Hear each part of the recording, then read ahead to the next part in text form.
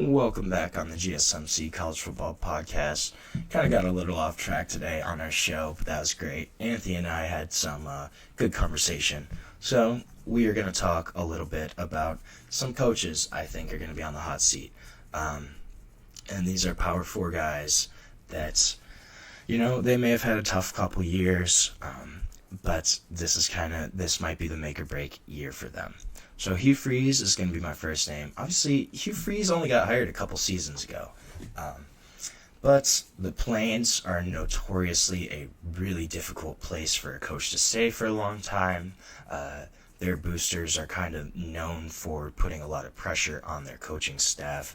It's kind of always been the reputation around Auburn and that program.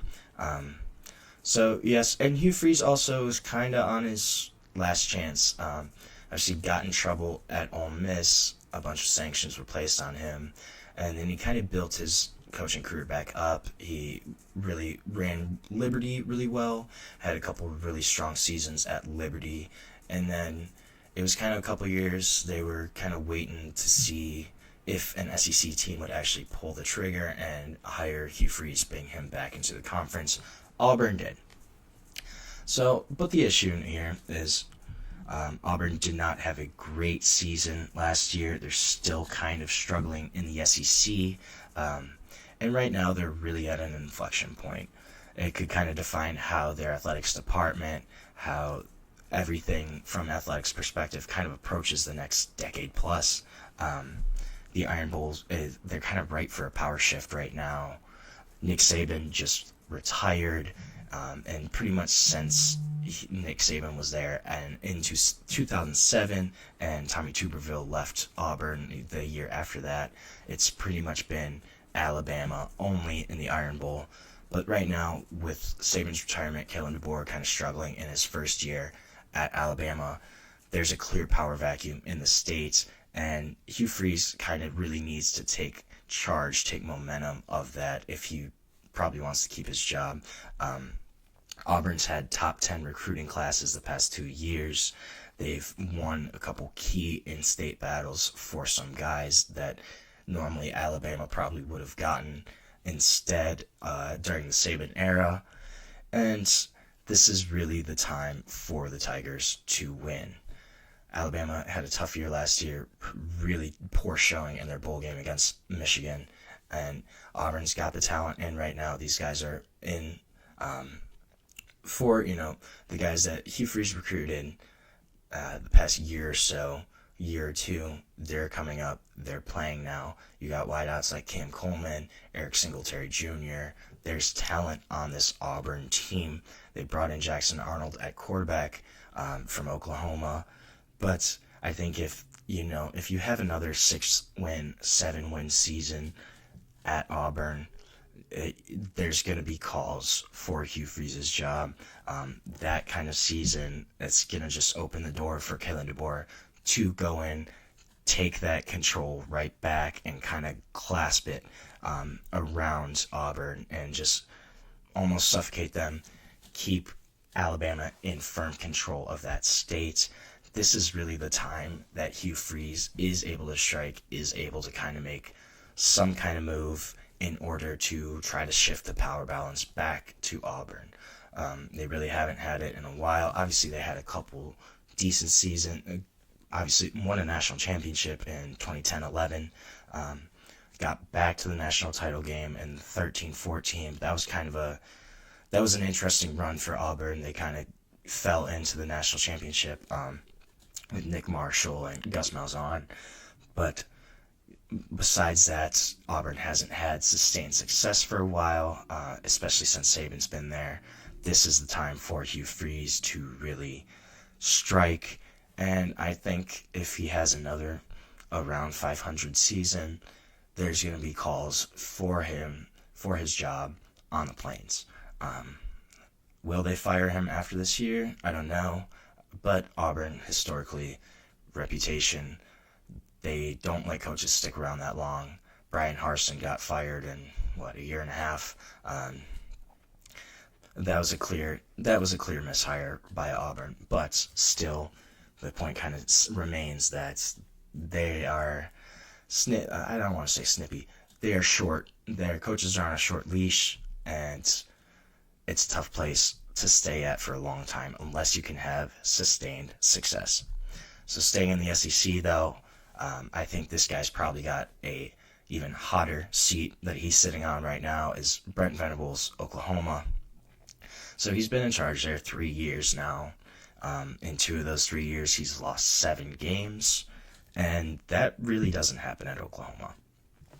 Last year, first year in the SEC, was really rough. They went 6-7. They finished 13th in the SEC. They only won 2 SEC games, and really the one against Alabama was kind of just out of nowhere. They beat Alabama 24-3 in a game where Bama just looked like they were sleepwalking the entire time. It was really interesting. It was kind of one of the way more unexpected results in college football this past season, and kind of, I don't want to say a fluke. Oklahoma definitely deserved to win that game, but it really came out of nowhere, and Oklahoma probably should have lost that game 8 times out of 10. However, that day they just had Alabama's number. So that was kind of an interesting game, but this is a team that needs improvement in the SEC. They clearly were not physical enough in the SEC last season to maintain their kind of level of play, the level of success they'd had in the Big 12. They really got pushed around in the trenches, just weren't a super physical team. They had issues stopping the run, and their offense really couldn't get going for the most part of the season. So they brought in Venables, revamps his offensive staff. He brings in Washington State offensive coordinator Ben Arbuckle, 29 years old, really a hotshot name right now in the coaching circuit.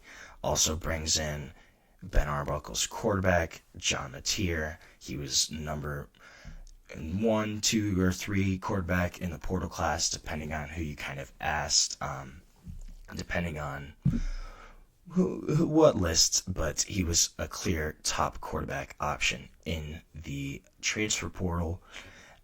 So he's bringing in a new play caller, bringing in a new quarterback. He's going to take over play calling duties on defense again. And so this is really going to be kind of the make or break year for Brent Venables. He's placing a lot of the burden on his shoulders. He's taking back play caller duties on defense. He brought in a new offensive coordinator, and brought in a new quarterback. So if things still go wrong at Oklahoma, I would expect a coaching change there. And that's really a place that tries to keep hold of their coaches for a long time. They haven't fired a coach since like 1998, I think, something like that. Because obviously Lincoln Riley left for USC. Bob Stoops was there forever. But Venables, he needs to win this year. He needs to have probably at least an 8 or 9 game win season to maintain his job. And that's going to be really tough because they have back-to-back road trips at Tennessee and Neyland and at Bryant-Denny and Tuscaloosa, Alabama. So that's going to be a tough one for Oklahoma. I think they need to pull at least one of those out in order for Venables to make a case to stay at Norman. If not, I think they're probably going to look in another direction this season, or after this season, in Norman. Switching gears, though, going up north, I think, and I really love this coach, but he's kind of running out of time. Luke Fickell at Wisconsin, this is going to be a really big season for him. And this is kind of surprising how much he's struggled, at least I think it is, just because he was such a great coach for Cincinnati, proven there. He was being considered for the Notre Dame gig. He probably would have gotten the Notre Dame job if Cincinnati did not make the college football playoff that season. Instead, they go with his defensive coordinator, former defensive coordinator Marcus Freeman. And this was a big hire for Wisconsin. I thought that he took this Wisconsin job to better position himself for the Ohio State job in the future, just because he was a Columbus guy, Ohio State grad, a really good player at Ohio State. That was kind of always my thinking, is that, hey, he's taking the next step to coach a Big Ten program now, so he can show he can do it. So if Ryan Day ever leaves or is fired in Columbus, Luke Fickell's right there. But since he's gotten to Madison, that has not been the case for Luke Fickell. He's gone 13-13 overall in his 2 seasons. The team's 22-year bowl game streak was snapped this past season after they went 5-7, didn't qualify for a bowl game. 22 years, that's pretty incredible. So obviously it's shown that Wisconsin's had kind of sustained success, at least, having winning seasons for pretty much the entire 21st century. That's pretty crazy. And yet Luke Fickell was not able to achieve that last season. And he really, after his first season, he kind of said, hey, we're going to change the offense. We're going to go completely different. So he brought in Phil Longo last season as the offensive coordinator. Had coached at a couple different places. I know he was at Ole Miss at one point. I don't remember where he was directly before Wisconsin. But Phil Longo's offense is an air raid offense known for throwing the ball, getting it out there, airing it out. And they brought that to Wisconsin, which, if you think of Wisconsin, think of the history of Wisconsin. This is a running team, running program. They pride themselves on their run game and defense. It's it's kind of the Big Ten mindset, is cold football, line of scrimmage, dominate the line, dominate the trenches, shove the run down your throat. It's just run. You think of Monte Ball, Melvin Gordon, not the older guys. There's a running back, I can't think of his name. He's from like the 80s and 90s. Ron Dane. I think Ron Dane went to Wisconsin. But, that's a running program. And so they went from, running heavy to trying to throw the ball 40, 50 times a game. Did not work, especially in the Big Ten. Just didn't happen. They got blown out by Alabama. They lost 42-10. They got blown out by Iowa, I believe, last year. They lost their rivalry game against Minnesota 24-7. So they didn't really have a whole lot on offense. It was very touch and go the whole season. But that was kind of a big issue for them. So this year, though, too, Wisconsin's got a really tough schedule. They have to go play at Bryant-Denny in Tuscaloosa. They got to play at Alabama, at the Big House, at Michigan, as well as they have to go to Eugene and play Oregon at Oregon. And then, besides that, they also have home games against Iowa, who kind of manhandled them last year, and Ohio State. So this is going to be a really tough schedule for Wisconsin, and because of that, I don't know if Luke Fickell has a really tough year, if they fire him or not. I think it's probably got to be like 4-8 season, but it's possible. It's very possible that Luke Fickell gets fired, and this is going to be a really tough schedule for him to try to win, 8 or 9 games even, just from the teams they have to play. Even if they win 2 or 3 of those games, they still have 2 losses against really good opponents, and then that's not counting the rest of their schedule. So Wisconsin's going to be really tough for Luke Fickell, and we'll see if he's still in Madison at the end of this season. So the last guy I kind of want to mention really quickly is Mike Norvell, Florida State.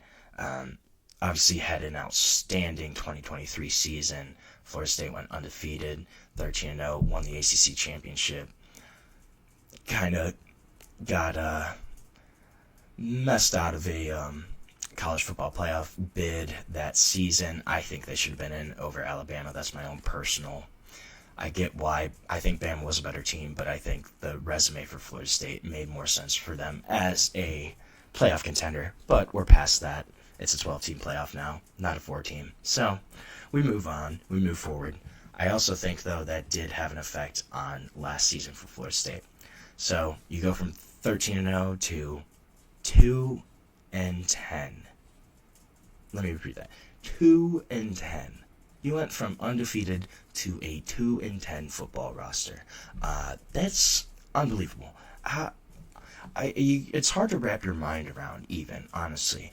The fact that they basically lost 11 wins on the season, I mean, I know they had a lot of turnover just from a player personnel perspective, but still, that's a crazy number, especially for a program like Florida State that, they're still bringing in 4 or 5-star recruits each year.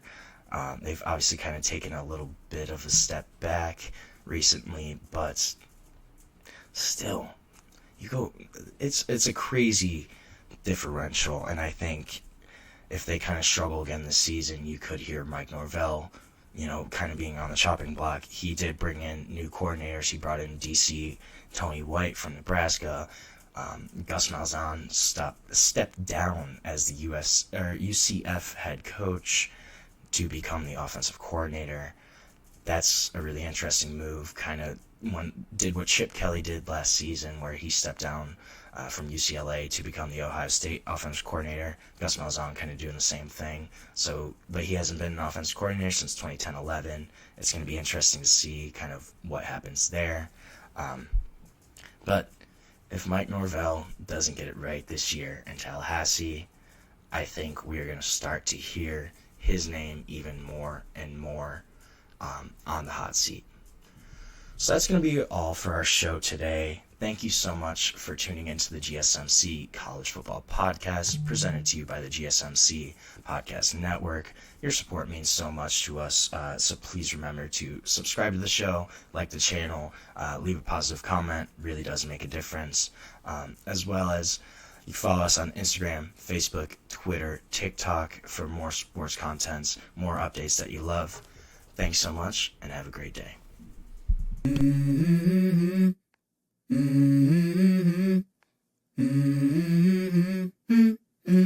Let's go.